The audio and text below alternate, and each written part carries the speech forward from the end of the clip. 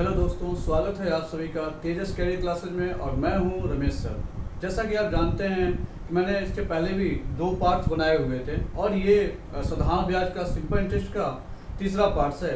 अगर आपने अभी तक 2 पार्ट्स नहीं देखे हैं तो आप ज़रूर देखिए, क्योंकि अगर आप उसे नहीं समझ पाएंगे तो फिर ये सवाल आपको नहीं लगने वाले हैं। आपने देखा ही होगा, काफ़ी दिनों से कोई भी भर्ती नहीं आ रही है, लेकिन इस समय क्या हुआ है, अगले 6 महीने में बहुत सारी भर्तियां आने वाली हैं। चाहे वो बैंक की हो, एसएससी की हो, लेखपाल की हो, रेलवे की हो, या आप कर सकते हैं पीसीएस का भी, या अन्य कोई भी यूपीएसआई और एसआई के लिए भी।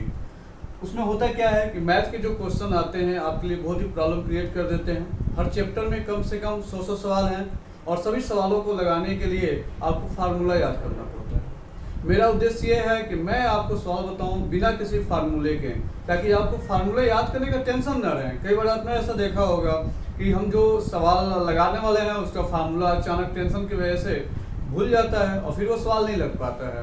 तो एक एक नंबर का जो है काफ़ी ज़्यादा इम्पोर्टेंट है, क्योंकि सभी एग्जाम्स में माइनस मार्किंग आ गई है। तो आज हम लोग जो है इसका साधारण ब्याज का तीसरा पार्ट पढ़ेंगे और देखेंगे कि कैसे हम लोग बिना किसी फार्मूले के ही सारे सवालों को हल कर सकते हैं। इसके अलावा जो है मैं अगली जो वीडियो है वो जीएस पे, ज्योग्राफी पे बनाने वाला हूँ, ताकि आप पृथ्वी के बारे में अच्छे से समझ सकें। और ये जो आपका मैथ का है ये तो सीरीज चलता रहेगा, थोड़ा लंबा जरूर बन पाता है। आज मैंने सिर्फ 2 ही सवाल लिया है, क्योंकि मुझे ये समझाने थोड़ा टाइम लगेगा, ये थोड़ा दिमाग ज़्यादा आपका खर्च कराएगा। तो इसलिए मैंने सिर्फ आज 2 ही सवाल लिए हैं, नहीं तो हर बार मैं 3 सवाल लेता था, इस बार सिर्फ 2 ही सवाल हैं। आइए हम लोग पहले देखते हैं ये सवाल कैसे लगता है। आप देखेंगे तो इस सवाल के बहुत सारे फार्मूले हैं। कोई भी ट्रिकी किताब उठाएंगे तो इस सवाल लगाएंगे आप तो आपको फार्मूले बहुत सारे मिलेंगे। मैं आपको दिखाऊंगा कैसे बिना फार्मूले के ही सिर्फ दिमाग से आप हल कर सकते हैं। आइए देखते हैं हम लोग। दिया हुआ है कोई राशि 3 वर्षों में साधारण ब्याज पर 500 रुपये तथा 5 वर्षों में 700 रुपये हो जाती हैं, तो मूलधन क्या है। मूलधन मतलब कि उस आदमी ने बैंक में कितने पैसे जमा किए थे और वो पैसे जो है 3 साल के बाद जो है ब्याज के रूप में कितने मिलते हैं, उसको 500 रुपये मिलते हैं। लेकिन अगर वही पैसा वो 500 रख देता है तो उसे कितने मिलते हैं, 700 रुपये मिलते हैं। तो आइए देखते हैं पहले कि क्या है इसका ऑप्शन। यहाँ देखते हैं 3 वर्षों में हमको मूलधन याद करना है कि आखिर हमने बैंक में कितना पैसा जमा किया था। यहाँ 3 वर्षों में कितना लिया, ध्यान से देखिएगा, नहीं तो आपको सवाल समझ में नहीं आएगा। 3 वर्षों में कितना रुपया हो जा रहा है, 500 रुपये हो जा रहा है। ठीक है, फिर वही पैसा जो है, मुझे भी पैसा नहीं पता है कि कितना पैसा है। हमारे पास यहाँ 4 ऑप्शन भी दिए हुए हैं, हम कोई भी ले सकते हैं, 100, 200, 300, 400। तो हम लोग दूसरे तरीके से लगाएंगे। 3 वर्षों में ब्याज कितना मिल रहा है हमको, 500 रुपये मिल रहा है ब्याज के रूप में। लेकिन मैंने कहा नहीं भाई, मैं पैसा रखूंगा 5 साल। 5 साल में कितना दे रहा है वो, 700 रुपये दे रहा है। क्लियर, यहाँ तो कोई डाउट नहीं है।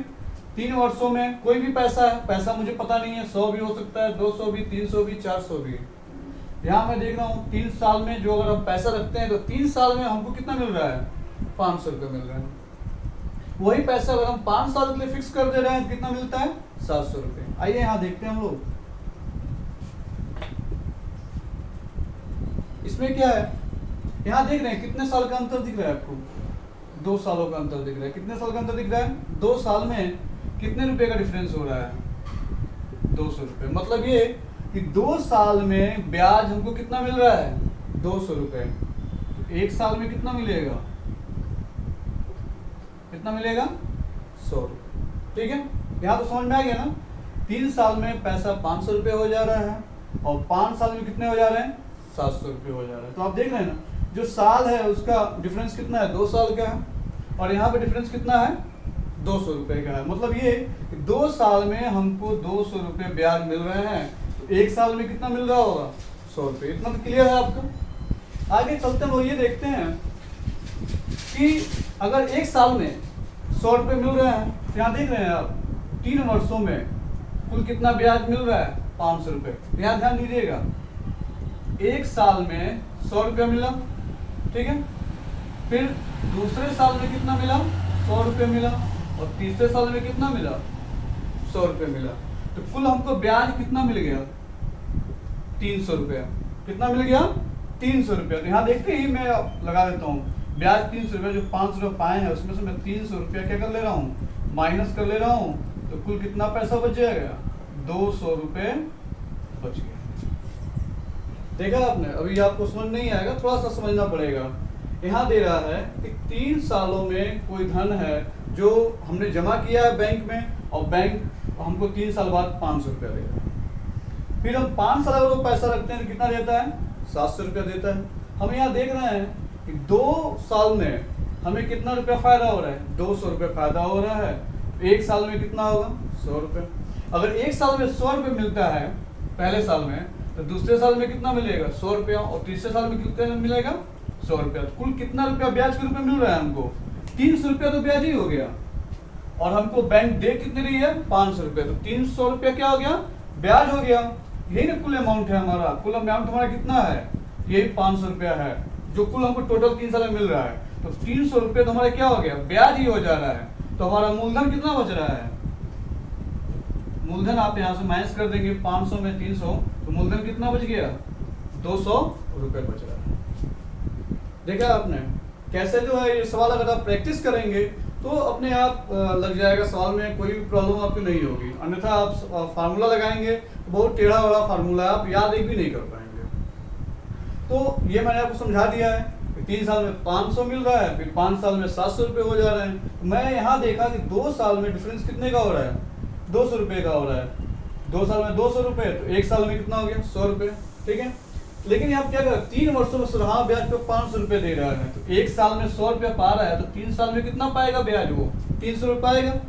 तो मतलब ये कुल जो 500 रुपये मिलता था हमको, उसमें 300 रुपया तो ब्याज ही हो गया।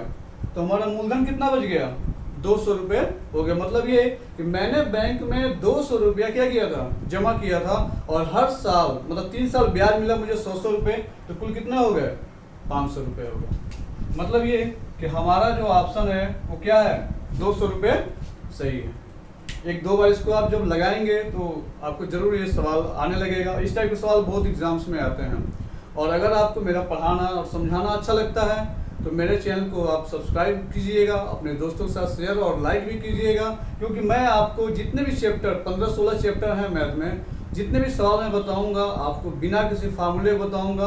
अगर आपने 3-4 महीने अच्छे से मेहनत कर ली तो मेरा विश्वास है कि आप सारे सवालों को हल कर सकते हैं। इसके अलावा मैं आपको रीजनिंग का भी बताऊंगा, जीएस में और हिंदी में भी मैं आपको वीडियो बनाऊंगा और आपको मैं पढ़ाऊंगा। तो अगर आपको अच्छा लगता है ज़रूर सब्सक्राइब कीजिएगा। चलिए इसको मिटा देता हूँ मैं, और दूसरा सवाल हम लोग देखते हैं। दूसरा भी एकदम सेम टू सेम ऐसे ही है।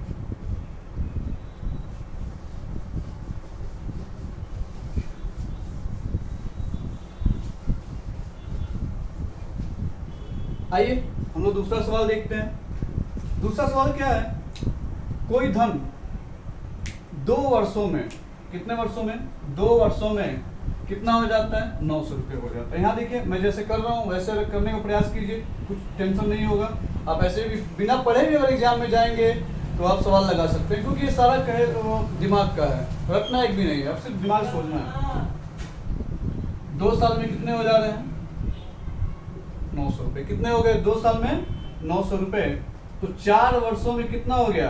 1200 रुपये। मतलब ये कि अगर ये पैसा जो मैं 2 साल पैसा रख रहा हूँ तो कितना दे रहा है मुझे बैंक? 900 रुपया दे रहा है। अभी मुझे मूलधन नहीं पता है, क्या जानना है आपको? मूलधन जानना है कि मूलधन होगा कितना, हमको मूलधन निकालना है। तो 4 वर्षों में कितना हो जा रहा है? 1200 रुपये हो जा रहा है। ठीक है, इतना तो क्लियर होगा। अब हम लोग ये देख रहे हैं कि कितने साल का डिफरेंस है?